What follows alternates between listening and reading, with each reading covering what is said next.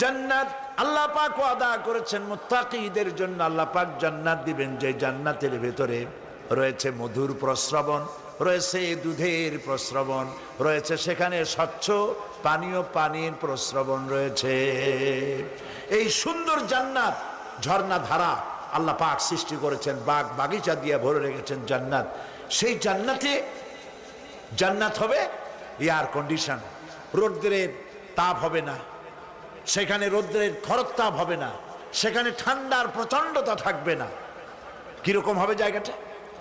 আল্লাহ পাক বলছেন মুত্তাকিনা আলাল আরাইকি লা ইয়ারাউনা ফিহা শামসান ওয়ালা জামহারিরা ওয়াদানিয়াতান আলাইহিম যিলালুহা ওয়া যুল্লিলাত কুতুফুহা তাযলিলা।